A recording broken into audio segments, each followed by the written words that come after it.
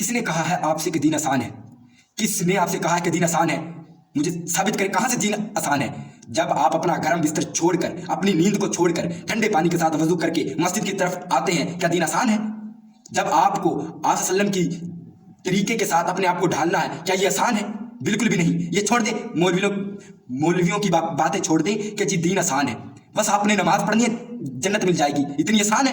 بالکل بھی نہیں۔ جنت پانا بہت مشکل ہے میرے دوست، جنت کے لیے بہت سی قربانیاں دینی ہوں گی۔ جنت کے لیے آپ کو پہلے اپنے آپ کو مکمل اسلام پہ چلانا ہوگا، پھر اپنے بچوں کو، اپنی بیوی کو، اپنے والدین کو، اپنے خاندان کو، ہر ایک شخص کو آپ نے مکمل پروپرلی اسلام کی طرف لانا ہوگا۔ لیکن آپ کہتے ہیں کہ دین آسان ہے، دین نہیں آسان میرے ویر۔ دین کے لیے تو آپ نے دین کا جملہ بہت آسان ہے، ابھی آپ دین پر چلے نہیں۔ جب آپ دین کی تبلیغ کریں گے تو آپ کو پتھر بھی لگیں گے، لوگ آپ کو برا بلا بھی کہیں گے، گالیاں بھی سننے کو ملیں گی۔ نہیں، یہ نماز روزہ حج زکات یہ دین نہیں ہے۔ میں آپ سے کہتا ہوں یہاں سے باہر آئے، یہ دین ہے ہی نہیں۔ آپ سے کسی نے کہہ دیا یہ دین کے کچھ اصول ہیں، یعنی کہ جب ہم وضو کرتے ہیں تو پانی ضروری ہے، ٹھیک ہے؟ ویسے ہی نماز، کلمہ پڑھ دیا لا الہ الا اللہ، عہد کر لیا، یہ نماز روزہ حج زکات یہ ابھی آپ دین میں آ رہے ہیں۔ دین میں آگے دیکھیں بنتا کیا ہے، قرآن کو پڑھے تو صحیح۔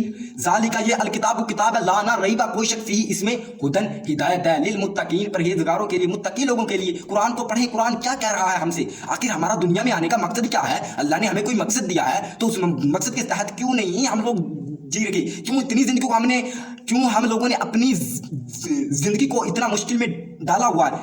صرف کیا دنیا، صرف ہر ایک شخص کو دنیا کی پڑی ہوئی، آخرت کی تو کوئی پرواہ ہے ہی نہیں نا۔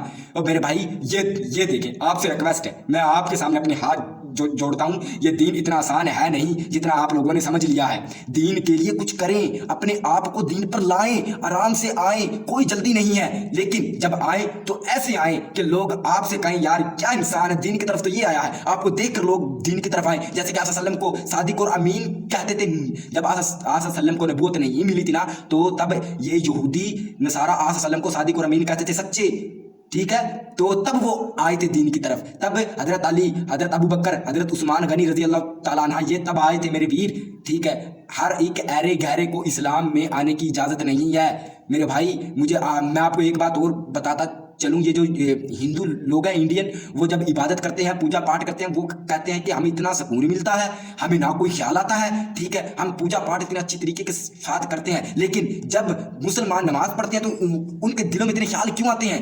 میں آپ کو بتاؤں کیوں آتے ہیں، کیونکہ شیطان کو تو پتہ ہے کہ وہ تو جہنمی ہے، ان لوگوں کا تو مسئلہ ہی نہیں ہے۔ جب آپ نماز پڑھیں گے، آپ کے دل میں خیالات آئیں گے، تو میرے بھائی بات یہ ہے کہ انسان کو پتہ ہے کہ بھائی اسے روک، یہ تو جنت کی طرف جا رہا ہے، اسے روک۔ میرے بھائی ابلیس بہت سے وار کرے گا، یہاں سے بھی روکوں، یہاں سے بھی روکوں، لیکن آپ نے ابلیس کی باتوں پہ نہیں لگنا، اپنے آپ کو ایک سچا پاکیزہ مسلمان بنائیں، ہر ایک کو بتائیں کہ بھائی دین میں آئیں، چھوڑ دیں۔ میرے بھائی آپ خود دیکھتے ہیں ٹک ٹاک پر، ٹھیک ہے، لڑکیاں کیسے آتی ہیں، کیسے اپنا جسم دکھا رہی ہوتی ہیں، اور لڑکے ایسے بغیرت ہیں کہ وہ لڑکیوں کی طرح حرکت کر رہے ہوتے ہیں لڑکے دیکھیں کیا لوگ ہنسیں، لائک کریں، فالو کریں اور ہمیں وائرل ہو جائے اور ہمیں منی ملے، پیسہ ملے۔ نو سر، ہر ایک چیز پیسہ نہیں ہوتی، ٹھیک ہے؟ یہ اسلام میں پیسہ تو ہے ہی نہیں، پیسہ کہاں سے ہے میرے بھائی؟ صحابہ اکرام ہفتے میں صرف ایک دن محنت مزدوری کرتے تھے اور پورا ہفتہ بیٹھ کر اللہ کی عبادت کرتے تھے، کیونکہ ان لوگوں کو پتا تھا کہ ہمارا دین میں آنے کا اصل مقصد کیا ہے۔ تو ریکویسٹ ہے کہ دین کی طرف آئے، چھوڑ دے